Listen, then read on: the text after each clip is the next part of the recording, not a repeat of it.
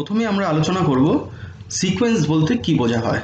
তো সিকোয়েন্স হচ্ছে কিছু সংখ্যক নাম্বারের একটা অ্যারেঞ্জমেন্ট, অর্থাৎ কিছু সংখ্যক নাম্বার অ্যারেঞ্জ করা আছে এবং সেই সঙ্গে মনে রাখতে হবে যে নাম্বারগুলো কিন্তু একটা স্পেসিফিক প্যাটার্ন মেনটেন করছে, অর্থাৎ একটা নির্দিষ্ট প্যাটার্ন মেনটেন করে সেই নাম্বারগুলো যদি পরপর অ্যারেঞ্জ করা থাকে তো সেক্ষেত্রে আমরা সেই নাম্বারগুলোকে একটা সিকোয়েন্স বলবো। ওকে, তো এবার এই সিকোয়েন্সের নাম্বার অফ টার্মস ফাইনাইটও হতে পারে আবার ইনফাইনাইটও হতে পারে।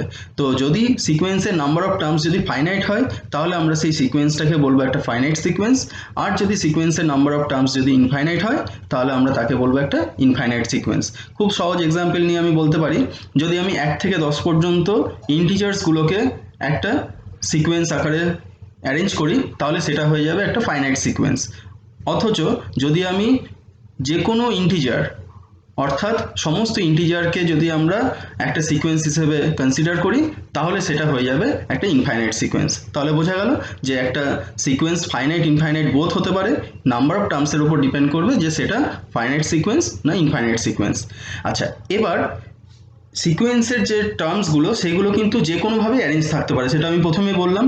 তো এক্ষেত্রে আমি দুটো স্পেশাল সিকোয়েন্স এখানে আমরা কনসিডার করব। তো তোমরা ভালো করে এই দুটো সিকোয়েন্সকে অবজার্ভ করো। তো প্রথম যে সিকোয়েন্সটা আমরা নিচ্ছি সেই সিকোয়েন্সটাকে তোমরা ভালো করে অবজার্ভ করো। দেখো এখানে ফার্স্ট টার্ম যেটা সেটা হচ্ছে 3, সেকেন্ড টার্ম হচ্ছে 7, থার্ড টার্ম হচ্ছে 11, ফোর্থ টার্ম হচ্ছে 15। Then you tell me what will be the next term. তার জন্য তোমাকে ভালো করে সিকোয়েন্সটা কিন্তু অবজার্ভ করতে হবে যে কী প্যাটার্নে সিকোয়েন্সটা ফর্ম করছে। তো এক্ষেত্রে আমরা দেখতে পাচ্ছি সিকোয়েন্সের প্রত্যেকটা টার্মকে আগের টার্মের সঙ্গে 4 অ্যাড করে করে আমরা পাচ্ছি। ওকে, তাহলে আমরা এক্ষেত্রে ইজিলি বলতে পারি যে নেক্সট টার্মটা হবে 15 + 4, দ্যাট মিনস 19। ওকে, এরপর আমি নেক্সট আরেকটা সিকোয়েন্স কনসিডার করছি। এই ক্ষেত্রে সিকোয়েন্সের ফার্স্ট টার্ম হচ্ছে 3, সেকেন্ড টার্ম হচ্ছে 9, third term 27, fourth term 81। Then what will be the next term. তো এক্ষেত্রে কি প্যাটার্নে সিকোয়েন্সটা ফর্ম করছে একটু দেখে নিই। তো এক্ষেত্রে আমরা দেখতে পাচ্ছি যে সিকোয়েন্সের টার্মগুলোকে আগের টার্মের সঙ্গে 3 মাল্টিপ্লাই করে আমরা এক্ষেত্রে পাচ্ছি। তাহলে আমরা বলতে পারবো যে এক্ষেত্রে যে টার্মটা আমাদের এখানে কোয়েশ্চেন মার্কে রয়েছে সেটা হবে 81 × 3, দ্যাট মিনস 243। ওকে, তাহলে এক্ষেত্রে আমরা দুটো স্পেশাল টাইপ অফ সিকোয়েন্স আমরা এখানে নিয়েছি। তো ফার্স্ট সিকোয়েন্সটা কিভাবে ফর্ম করছে, যে একটা টার্মের সঙ্গে নির্দিষ্ট টার্মকে অ্যাড করে করে আমরা সিকোয়েন্সটা পাচ্ছি। তো এক্ষেত্রে এই সিকোয়েন্সটাকে আমরা বলবো একটা অ্যারিথমেটিক প্রোগ্রেশন বা সমান্তর শ্রেণী। আর সেকেন্ড কেসে আমরা যে সিকোয়েন্সটা পাচ্ছি সেই সিকোয়েন্সটাকে বলা হচ্ছে জিওমেট্রিক প্রোগ্রেশন। ওকে, তো এই ক্ষেত্রে কিভাবে সিকোয়েন্সটা ফর্ম হচ্ছে না, এই ক্ষেত্রে সিকোয়েন্সটা টার্মগুলো আগের টার্মের সাথে একটা স্পেসিফিক টার্মকে মাল্টিপ্লাই করে আমরা পাচ্ছি। তো এই ক্ষেত্রে এই সিকোয়েন্সটাকে আমরা বলবো জিওমেট্রিক সিকোয়েন্স বা জিওমেট্রিক প্রোগ্রেশন। এরপর আমি আজকের চ্যাপ্টারের যে কন্টেন্ট অর্থাৎ অ্যারিথমেটিক প্রোগ্রেশন সেটা সম্পর্কে আলোচনা করছি। তো আমরা এখানে কিছু অ্যারিথমেটিক প্রোগ্রেশন কনসিডার করেছি। তোমরা এখানে দেখতে পাচ্ছ যে ফার্স্ট প্রোগ্রেশনটা 1 থেকে স্টার্ট হচ্ছে এবং 3 ইনক্রিজ করে করে ফর্ম হচ্ছে, কিন্তু সেকেন্ড সিকোয়েন্সটার দিকে ভালো করে কেয়ারফুলি নোট করো। তো এক্ষেত্রে কিন্তু first term 20 but second term 15 অর্থাৎ ডিক্রিজ করছে, থার্ড টার্ম 10, ফোর্থ টার্ম 5 অর্থাৎ এক্ষেত্রে 5 করে করে ডিক্রিজ করছে। তাহলে এটা কিন্তু সবসময় মনে রাখতে হবে যে সবসময় একটা এপি বা অ্যারিথমেটিক প্রোগ্রেশন যে সবসময় ইনক্রিজ করবে নট নেসেসারি, সেটা ডিক্রিজও করতে পারে। ওকে, আর থার্ড সিকোয়েন্সে আমরা একটা ফ্র্যাকশন অ্যাড করে করে পাচ্ছি। সেই ফ্র্যাকশনটা কত তোমরা বুঝতে পারছো যে 0.5 করে করে ইনক্রিজ করছে। ওকে, তাহলে এক্ষেত্রে আমরা প্রত্যেক ক্ষেত্রে দুটো ইম্পর্টেন্ট টার্ম সম্পর্কে আমরা জানতে পারছি, যে দুটো টার্ম হচ্ছে একটা এপির মেন দুটো টার্ম। কি কি সেটা না, এপিটা স্টার্ট হচ্ছে কোন টার্ম থেকে, অর্থাৎ প্রত্যেকটা এপি একটা স্পেসিফিক টার্ম থেকে বা একটা ফিক্সড টার্ম থেকে স্টার্ট করবে, যেটাকে আমরা বলবো সেই এপির ফার্স্ট টার্ম বা প্রথম পদ। ওকে, আর প্রত্যেকটা এপি একটা নির্দিষ্ট সংখ্যায় বাড়ছে বা কমছে, তাহলে আমরা বলতে পারি যে প্রত্যেকটা সংখ্যার সঙ্গে আগের সংখ্যার যে ডিফারেন্স সেটা সবসময় ফিক্সড থাকছে। সেই ডিফারেন্সটাকে আমরা বলবো এপির কমন ডিফারেন্স অর্থাৎ সিডি। বোঝা গেল? তাহলে আমরা দেখে নিই যে এই তিনটে এপির ফার্স্ট টার্ম এবং কমন ডিফারেন্স কী কী। তো প্রথম এপির ক্ষেত্রে আমরা দেখতে পাচ্ছি ফার্স্ট টার্ম হচ্ছে এক্ষেত্রে 1, এখানে ইজিলি দেখা যাচ্ছে যেহেতু 1 থেকে স্টার্ট হচ্ছে। আর এই ক্ষেত্রে কমন ডিফারেন্সটা হচ্ছে 3, অর্থাৎ যে কোনো টার্মের সাথে আগের টার্মকে তোমরা বিয়োগ করে দেখে নিতে পারো যে তোমাদের ডিফারেন্সটা সবসময় 3 থাকবে। ওকে, তাহলে প্রথম এপির ক্ষেত্রে হলো। এবার দ্বিতীয় এপির ক্ষেত্রে আসছি। তো দ্বিতীয় এপির ক্ষেত্রে ফার্স্ট টার্মটা হচ্ছে 20, কারণ স্টার্ট হচ্ছে 20 থেকে, কিন্তু দ্বিতীয় এপির ক্ষেত্রে কমন ডিফারেন্সটা দেখবে -5 হচ্ছে, কারণ এক্ষেত্রে দেখো কোনো একটা টার্ম থেকে আগের টার্মকে আমরা বিয়োগ করলে -5 পাবো। ওকে, তাহলে এই ক্ষেত্রে কিন্তু কমন ডিফারেন্সটা -5 হলো। আর থার্ড এপির ক্ষেত্রে ফার্স্ট টার্মটা হচ্ছে 1 আর কমন ডিফারেন্সটা হচ্ছে 0.5, কারণ যে কোনো টার্ম থেকে আগের টার্মকে আমরা বিয়োগ করলে 0.5 পাবো। ওকে, তাহলে এই তিনটে এপির ক্ষেত্রে আমরা ফার্স্ট টার্ম আর কমন ডিফারেন্স পেয়ে গেলাম। তাহলে আমরা বুঝতে পারলাম যে একটা এপি ফর্ম করতে গেলে আমাদের দুটো টার্ম সম্পর্কে ধারণা থাকতে হবে, একটা হচ্ছে তার ফার্স্ট টার্ম কি এবং তার কমন ডিফারেন্সটা কি। এই দুটো টার্ম যদি আমরা পেয়ে যাই তাহলে আমরা অবশ্যই একটা এপি গঠন করে নিতে পারবো। এরপর আমরা খুব ইম্পর্টেন্ট দুটো ফর্মুলা এপি সম্পর্কে শিখব। তো ফার্স্ট ফর্মুলাটা হচ্ছে to find the general term, যেটাকে আমরা বলবো nth term of an AP, অর্থাৎ একটা এপির nতম পদ বা সাধারণ পদ কিভাবে বের করতে হয় সেই ফর্মুলাটা আমরা শিখে নেব। তো আমরা এখানে একটা এপি কনসিডার করছি। তোমরা দেখতে পাচ্ছ যে ফার্স্ট টার্মটা হচ্ছে a, second term a plus d, third term a plus 2d, fourth term a plus 3d and so on. তাহলে এক্ষেত্রে ইজিলি ভিজিবল যে এক্ষেত্রে ফার্স্ট টার্মটা a মানে হচ্ছে প্রথম পদ a হচ্ছে, এবং কমন ডিফারেন্সটা এক্ষেত্রে দেখো সেকেন্ড টার্ম থেকে আমরা যদি ফার্স্ট টার্মকে বিয়োগ করি তাহলে আমরা পাচ্ছি ডি। ওকে, তাহলে এক্ষেত্রে কমন ডিফারেন্সটা হলো ডি। প্রত্যেক ক্ষেত্রে দেখো থার্ড টার্ম থেকে যদি আমি সেকেন্ড টার্ম সাবট্রাক্ট করি বা বিয়োগ করি তাহলে আমি ডি পাচ্ছি। তাহলে এক্ষেত্রে কমন ডিফারেন্স ডি আর ফার্স্ট টার্ম হচ্ছে এ। ওকে, এবার তাহলে এই ক্ষেত্রে যে ফার্স্ট টার্ম, যেটাকে আমরা ক্যাপিটাল টি সাফিক্স 1 দিয়ে ডিনোট করেছি, টি ফর টার্ম আর 1 ফর ফার্স্ট টার্ম। তো ফার্স্ট টার্মটা এই ক্ষেত্রে আমরা দেখতে পাচ্ছি এ। তো এ কে আমরা এই ফরম্যাটে এক্সপ্রেস করতে পারি, দেখে নাও a plus 1 minus 1 into D, easily এটাকে এইভাবে লেখা যেতে পারে। আচ্ছা, এক্ষেত্রে রেড ইঙ্কে যে ওয়ানগুলো মার্ক করা আছে সেইগুলোকে ভালো করে অবজার্ভ করবে। আচ্ছা, নেক্সট আমরা সেকেন্ড টার্মে যাচ্ছি। সেকেন্ড টার্ম হচ্ছে টি2, টি ফর টার্ম আর 2 for second term. Okay, t two equals to A plus d, দেখতে পাচ্ছ এখানে সেকেন্ড টার্মে এ প্লাস ডি রয়েছে। আচ্ছা, এ প্লাস ডি কে আমরা কিভাবে এক্সপ্রেস করছি দেখে নাও, এ প্লাস 2 মাইনাস 1 ইন্টু ডি। আচ্ছা, এখানে দেখো 2 গুলোকে রেড ইঙ্কে মার্ক করা আছে। তাহলে তোমরা খুব ভালোভাবেই বুঝতে পারছো যে আমাদের এখানে চেঞ্জটা হচ্ছে কিন্তু এই সাফিক্সের টার্মটার সঙ্গে এই টার্মটা, বাকি টার্মগুলো কিন্তু দেখো ফিক্স থাকছে প্রত্যেক ক্ষেত্রে। তাহলে আমরা থার্ড টার্মের ক্ষেত্রে কি বলবো, t three equals to A plus 3 minus 1 into d. Okay, অর্থাৎ এইভাবে যদি আমরা ক্রমশ এগিয়ে যেতে থাকি তাহলে আমরা n তম পদ বা nth টার্মের ক্ষেত্রে আমরা যেটা পাবো সেটা হচ্ছে tn equals to a plus n minus 1 into D. খেয়াল করো এখানে সাফিক্সে n আছে তাই এখানে n এসে গেল, বাকি টার্মগুলো রিমেন্স কনস্ট্যান্ট বা আনচেঞ্জড। ওকে, তাহলে এই tnটাকে বলা হচ্ছে এপির n তম পদ বা সাধারণ পদ। তাহলে এই ফর্মুলাটাকে তোমরা খুব ভালো করে অবজার্ভ করবে, সাধারণ পদ বের করার জন্য আমরা এই ফর্মুলাটা ইউজ করব।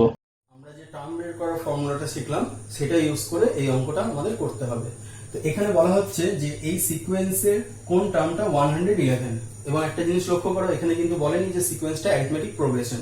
তো তোমরা নিজেরাই বুঝতে পারছো যে এখানে প্রত্যেক ক্ষেত্রে ডিফারেন্সটা 4 আসছে, তাই এটা অ্যারিথমেটিক প্রোগ্রেশন। তাহলে আমরা ধরে নিচ্ছি যে n-তম পদটা হচ্ছে 111। ওকে, তাহলে n-তম পদ বা tn এর ফর্মুলাটা এখানে আমরা নোট ডাউন করে নিচ্ছি। এবার a ফর এখানে 7 আর d ফর এখানে হচ্ছে 4। ওকে, তাহলে n-1 ইন্টু 4 ইকুয়ালস টু, এটাকে বিয়োগ করলে 104 আসছে। তাহলে n-1 ইকুয়ালস টু 26, তাহলে n ইকুয়ালস টু 27। তাহলে বোঝা গেল যে 27th টার্ম যেটা সেটা হচ্ছে এক্ষেত্রে 111। এরপর আমরা আসছি নেক্সট ইম্পর্টেন্ট একটা ফর্মুলাতে, to find the sum of first n terms of an AP, অর্থাৎ একটা এপির প্রথম n সংখ্যক পদের সাম বা যোগফল কি করে আমরা বের করতে পারি। তো এক্ষেত্রে আমি প্রথমে একটা এপি কনসিডার করে নিলাম আগের মতন, a plus d, a plus 2d, comma dot dot dot, last টার্মটাকে আমরা a plus n minus 1 into d ধরে নিয়েছি। ওকে, আচ্ছা, তাহলে এক্ষেত্রেও আমরা বলতে পারি যে প্রথম পদটা a এবং কমন ডিফারেন্সটা d। আচ্ছা, তাহলে এবার আমরা যদি ফার্স্ট টার্মের সাম করি তাহলে ফার্স্ট টার্মের সাম মানে একটাই টার্ম, সেটা হচ্ছে এ, তাহলে আমরা সেটাকে ডিনোট করছি S1 দিয়ে। তাহলে দেখো এই ক্ষেত্রে খেয়াল করে যে ফার্স্ট টার্মের সামটা যদি আমরা S1 দিয়ে ডিনোট করি তাহলে সেটা শুধুমাত্র ফার্স্ট টার্মটাকে নেওয়া হচ্ছে, তাহলে সেটা হচ্ছে T1। Okay, T1 equals to A equals two, এবার এ কে আমরা কিভাবে এক্সপ্রেস করছি এখানে ভালো করে লক্ষ্য করো। তাহলে এ কে আমরা এক্সপ্রেস করছি দেখো 1/2 into 2a plus 1 minus 1 into d. Okay, তাহলে দেখো এক্ষেত্রে ডি এর টার্মটা কোএফিসিয়েন্টটা 0 হয়ে যাচ্ছে, তাহলে 2 এর সাথে 2 ক্যান্সেল আউট হয়ে এটা এ থাকছে। আর এক্ষেত্রে যে ওয়ানগুলোকে আমরা রেড ইঙ্কে মার্ক করেছি সেইগুলোকে ভালো করে অবজার্ভ করবে, কারণ ওগুলোর মধ্যেই চেঞ্জগুলো আমরা দেখতে পারবো পরবর্তী ক্ষেত্রে। আচ্ছা, এরপর আমরা সেকেন্ড S2 এর ক্ষেত্রে চলে যাচ্ছি, অর্থাৎ sum of first two terms S2। তাহলে sum of first two terms S2 equals to কি হবে T1 প্লাস T2, অর্থাৎ প্রথম দুটো টার্মের সাম। ওকে, তাহলে প্রথম দুটো টার্মের সাম মানে হচ্ছে a প্লাস ডি। তাহলে দেখো এক্ষেত্রে রেজাল্ট আসছে 2a প্লাস ডি। তো এটাকে আমরা কিভাবে এক্সপ্রেস করছি দেখো 2/2 into 2a plus 2 minus 1 into D. দেখো খেয়াল করে এখানে 2 এর সঙ্গে 2 ক্যান্সেল আউট হয়ে গেল, তাহলে 2a প্লাস ডি। তাহলে এই দুটো ইকুয়েশন আমাদের সেম আছে। আচ্ছা, এক্ষেত্রেও খেয়াল করো যে এখানে যখন এস এর সাফিক্সে 2 আসছে তাহলে এখানে কিন্তু এই টার্মগুলো 2তে কনভার্ট হয়ে যাচ্ছে। তাহলে বুঝতে পারছো তো চেঞ্জগুলো হচ্ছে যে টার্মগুলোকে আমরা রেড ইঙ্কে মার্ক করেছি শুধু তারাই কিন্তু চেঞ্জ হচ্ছে, বাকি টার্ম রিমেন্স আনচেঞ্জড। আচ্ছা, তাহলে বলো S3 এর ক্ষেত্রে আমরা কি পাবো বলো, তারপরে আমি সেটাকে ডিসপ্লে করব। তাহলে S3 এর ক্ষেত্রে আমরা পাবো T1 plus T2 plus T3, অর্থাৎ 3/2 into 2a plus 3 minus 1 into d. Okay, দেখে নাও 3/2 into 2a plus 3 minus 1 into d. তাহলে এখানে 3 গুলো চেঞ্জ হচ্ছে। ওকে, তাহলে এইভাবে যদি আমরা প্রসিড করতে থাকি তাহলে আমরা Sn এর ক্ষেত্রে যে রেজাল্টটা পাবো সেটা হলো n/2 into 2a plus n minus 1 into d. তাহলে লক্ষ্য করছো যে এখানে শুধু সাফিক্সে n থাকার জন্য এই দুটো টার্মের n চেঞ্জ হলো, বাকি টার্ম রিমেন্স আনচেঞ্জড। ওকে, তাহলে এই ফর্মুলাটা হচ্ছে প্রথম n সংখ্যক পদের সাম বা যোগফল বের করার একটা ফর্মুলা। এটার আরেকটা যে ফর্মুলা রয়েছে সেটাও আমরা দেখে নেব। এটার সেকেন্ড যে ফর্মুলাটা সেটা হচ্ছে এখান থেকে ডিরাইভ করা হচ্ছে সেটাকে, তো কিভাবে আসছে দেখে নাও। তো এই ক্ষেত্রে আমরা কি করছি, এখানে যে 2a টার্মটা আছে সেটাকে আমরা দুবার লিখে নিচ্ছি, a প্লাস এতে স্প্লিট করে নিলাম। ওকে, তাহলে second a plus n minus 1 into D, এই পুরো পার্টটাকে আমরা যদি এল দিয়ে ডিনোট করি, এটা অ্যাকচুয়ালি কিন্তু লাস্ট টার্ম হচ্ছে, তো লাস্ট টার্ম সেই জন্য এটাকে যদি আমি এল দিয়ে ডিনোট করি তাহলে আমাদের ফর্মুলাটা রিডিউস করে যাচ্ছে n/2 into a plus L. এবার তোমরা বলবে যে কেন আমরা এই ফর্মুলাটা জানবো, তো কিছু কিছু ক্ষেত্রে আমাদের সেকেন্ড ফর্মুলাটা ইউজ করা বেশি সুবিধাজনক, আবার কিছু কিছু ক্ষেত্রে ফার্স্ট ফর্মুলা ইউজ করা সুবিধাজনক। সেটা কি ক্ষেত্রে হয় সেটা আমি এক্সাম্পলে তোমাদের সঙ্গে ডিসকাস করব। তাই তোমাদেরকে কিন্তু দুটো ফর্মুলাই ভালো করে লক্ষ্য রাখতে হবে এবং মনে রাখতে হবে, যখন যে ক্ষেত্রে যেটা ইউজ হবে সেটা আমরা ইউজ করে নেব। ওকে, আচ্ছা, এবার আমরা এক্ষেত্রে Sn এবং Tn অর্থাৎ sum of first n terms আর nth টার্মস এদের মধ্যে একটা ভীষণ ইম্পর্টেন্ট একটা রিলেশন এখান থেকে তৈরি করতে পারি। সেই রিলেশনটা এখানে আমি তোমাদেরকে দেখাচ্ছি, রিলেশনটাকে নোট ডাউন করবে। তো এক্ষেত্রে রিলেশনটা হচ্ছে Tn equals to Sn minus Sn minus 1, অর্থাৎ n তম পদ যেটা সেটাকে আমরা কি করে পাবো, প্রথম n সংখ্যক পদের সাম থেকে প্রথম n-1 সংখ্যক পদের সামকে যদি আমরা সাবট্র্যাক্ট করি বা বিয়োগ করি তাহলে আমরা n তম পদটা এখানে পাবো। ওকে, তাহলে এই ফর্মুলাটা বা এই রেজাল্টটাকে তোমাদের মনে রাখতে হবে অঙ্ক করার সময়। প্রবলেমটাতে আমরা যে সাম বের করার ফর্মুলাটা দেখলাম সেটা ইউজ করে এই প্রবলেমটা সলভ করতে হবে। তো এই ক্ষেত্রে বলা হচ্ছে যে find the sum of all multiple of 11 between 100 and 400, অর্থাৎ 100 থেকে 400 এর মধ্যে 11 যে গুণিতকগুলো তাদের সামটা বের করতে হবে। তাহলে ফার্স্ট আমরা দেখি যে 100 থেকে 400 এর মধ্যে 11 এর প্রথম গুণিতক কোনটা, তো প্রথম গুণিতক হচ্ছে 110। ওকে, তাহলে এটা হচ্ছে ফার্স্ট টার্ম। আর আমরা জানি যে গুণিতকগুলো 11 করে করে ইনক্রিজ করবে, যেহেতু 11 গুণিতক, তাহলে এক্ষেত্রে ডি এর ভ্যালুটা হচ্ছে 11। এবার লাস্ট টার্মটা কত, তো লাস্ট টার্মটা বের করার জন্য 400 কে 11 দিয়ে ভাগ করছি। তাহলে 400 কে 11 দিয়ে ভাগ করলে আমরা ভাগশেষ পাবো 4। তাহলে আমরা 400 থেকে যদি 4 কে বাদ দিয়ে দিই তাহলে 396, তাহলে এটা হয়ে যাচ্ছে লাস্ট টার্ম, অর্থাৎ আমরা ধরে নিচ্ছি এটা Tn 396। ওকে, এবার Tn এর যে ফর্মুলা সেটা যদি আমরা এখানে অ্যাপ্লাই করি তাহলে a plus n minus 1 into d equals to 396 এবার এখানে আমরা ভ্যালুগুলো বসিয়ে দিচ্ছি। এখানে 27 সংখ্যক টার্ম রয়েছে। তাহলে আমরা এবার সাম করছি, তাহলে S27। আচ্ছা, এখানে আমরা সেকেন্ড ফর্মুলাতে চলে যাচ্ছি, কারণ সেকেন্ড ফর্মুলা দিয়ে করলে এখানে সাম বের করাটা ইজি হবে। তাহলে সেকেন্ড ফর্মুলা যদি ইউজ করি তাহলে ফর্মুলা হচ্ছে n/2, that means 27/2 into first term হচ্ছে 110 প্লাস লাস্ট টার্ম হচ্ছে 396। এরপর এটাকে আমরা ক্যালকুলেশন করে আমরা এটার ভ্যালু পেলাম 6831। তাহলে এটা হয়ে গেল রিকোয়ার্ড সাম। আমরা এপির কিছু ইম্পর্টেন্ট প্রপার্টি সম্পর্কে আলোচনা করব। এই প্রপার্টিগুলো কিন্তু ভীষণ ইম্পর্টেন্ট, কিছু কিছু অঙ্কে এই প্রপার্টিগুলো ইউজ করলে অঙ্কটা কিন্তু খুব শর্টে আমরা করে ফেলতে পারবো। তো আমরা দেখি কি কি ইম্পর্টেন্ট প্রপার্টি এপির রয়েছে। তো ফার্স্ট প্রপার্টি হচ্ছে if the terms of an AP is added by a fixed number, অর্থাৎ কোনো এপির টার্মগুলোকে যদি আমরা কোনো একটা ফিক্সড নাম্বার দিয়ে অ্যাড করি, then the resulting series will also form an AP with same CD। ওকে, তাহলে যে রেজাল্টিং সিরিজটা আমরা পাবো, অর্থাৎ যে সিরিজটা নতুনভাবে আমরা ফর্ম করব, সেই সিরিজটাও কিন্তু একটা অ্যারিথমেটিক সিরিজ বা অ্যারিথমেটিক প্রোগ্রেশন হবে। এবং সেক্ষেত্রে মনে রাখতে হবে কমন ডিফারেন্স কিন্তু দুজনেরই সেম থাকবে। নেক্সট যে প্রপার্টি, সেটা অ্যাডের ক্ষেত্রে আমরা এটাকে যদি সাবট্র্যাক্ট করি, ওকে, তাহলে প্রত্যেকটা টার্মকে একটা এপির যদি আমরা একটা ফিক্সড নাম্বার দিয়ে যদি আমরা সাবট্র্যাক্ট করি, অর্থাৎ বিয়োগ করি, তাহলেও যে রেজাল্টিং সিরিজটা আমরা পাবো সেটাও একটা এপি ফর্ম করবে এবং সেক্ষেত্রেও কমন ডিফারেন্সটা সেম থাকবে। ওকে, আচ্ছা, নেক্সট থার্ড প্রপার্টিতে যাচ্ছি। থার্ড প্রপার্টি বলছে if the terms of an AP is multiplied by a fixed non zero constant. এখানে কেয়ারফুলি নোট করবে যে ফিক্সড নন জিরো কনস্ট্যান্ট, অর্থাৎ জিরো দিয়ে আমরা মাল্টিপ্লাই করতে পারবো না। অর্থাৎ কোনো এপির টার্মগুলোকে যদি আমরা একটা নন জিরো কনস্ট্যান্ট কে দিয়ে যদি মাল্টিপ্লাই করি, তাহলে যে রেজাল্টিং সিরিজটা আমরা পাবো সেটাও একটা এপি থাকবে। কিন্তু এক্ষেত্রে কমন ডিফারেন্সটা কিন্তু চেঞ্জ হয়ে যাবে। কিভাবে চেঞ্জ হচ্ছে না, কমন ডিফারেন্সটা হবে কে ইন্টু ডি। এখানে ডিটাকে ধরা হচ্ছে প্রথম যে এপিটা ছিল তার কমন ডিফারেন্স, এটা ক্যাপিটাল দিয়ে ডিনোট করেছি। লাস্ট যে প্রপার্টি সেটা হচ্ছে যে কোনো এপির টার্মগুলোকে যদি আমরা একটা নন জিরো কনস্ট্যান্ট কে দিয়ে ডিভাইড করি, অর্থাৎ ভাগ করি, তাহলে যে রেজাল্টিং সিরিজটা থাকবে সেটাও একটা এপি ফর্ম করবে এবং সেক্ষেত্রে কমন ডিফারেন্সটা হবে ডি বাই কে, অর্থাৎ আগের এপির যে কমন ডিফারেন্স ছিল ডি, তাকে কে দিয়ে ডিভাইড করে আমরা নতুন এপির কমন ডিফারেন্সটা পাবো। তাহলে এই চারটে প্রপার্টি কিন্তু ভীষণই ইম্পর্টেন্ট এপির ক্ষেত্রে। আজকের ক্লাসের লাস্ট প্রবলেমে আমরা এপির যে প্রপার্টিগুলো দেখলাম সেই প্রপার্টি ইউজ করে একটা প্রবলেম সলভ করব। তো আমরা এখানে অঙ্কটা দেখতে পাচ্ছি যে বলেছে if a b c are in AP then prove that this three terms are also in AP. Okay, তাহলে কিভাবে আমরা সলভ করছি আমি এটা তোমাদের সঙ্গে ডেমনস্ট্রেট করছি। তো দেখো এখানে এবিসি যেহেতু এপিতে আছে, তাহলে আমরা দেখলাম যে এপির টার্মগুলোকে যদি কোনো একটা নির্দিষ্ট টার্ম দিয়ে ডিভাইড করি তাহলে তারাও এপিতে থাকবে। তাহলে আমরা এবিসি দিয়ে প্রত্যেককে ডিভাইড করেছি, তাহলে এরাও এপিতে আছে। তাহলে এখান থেকে ক্যান্সেল আউট হয়ে 1/BC 1/CA আর 1/AB আসলো।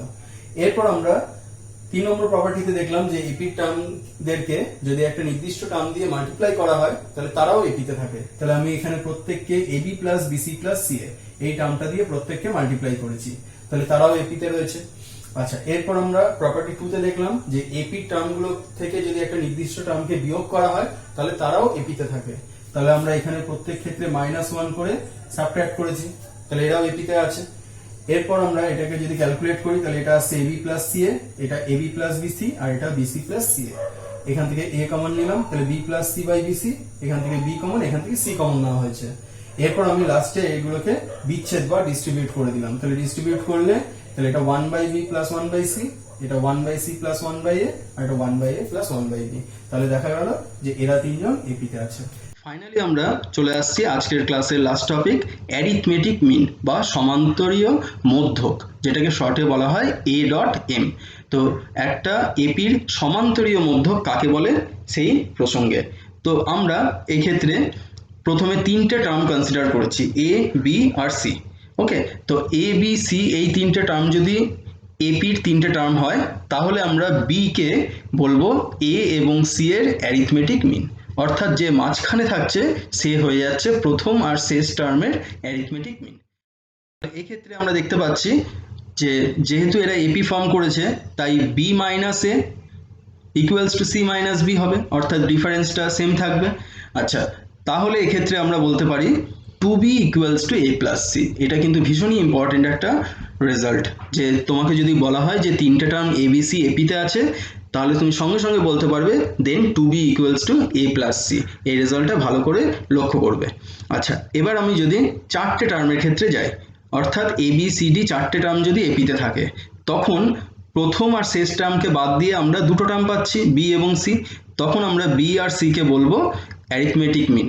ওকে, তার মানে আমরা বুঝতে পারছি যে এপির প্রথম আর শেষ টার্মকে বাদ দিয়ে মাঝখানে যে টার্মগুলো থাকছে তারা প্রত্যেকে কিন্তু একটা করে অ্যারিথমেটিক মিন। তাহলে আমরা বলতে পারি যে কোনো এপির যদি অ্যারিথমেটিক মিন n সংখ্যক থাকে, কেয়ারফুলি নোট ডাউন করবে, অ্যারিথমেটিক মিন হচ্ছে n সংখ্যক, তাহলে সেক্ষেত্রে নাম্বার অফ টার্মস কি হবে? নাম্বার অফ টার্মস আমি দেখছি সবসময় দুটো বেশি থাকছে অ্যারিথমেটিক মিনের থেকে, তাহলে আমরা বলবো যে নাম্বার অফ টার্মস হবে n প্লাস টু।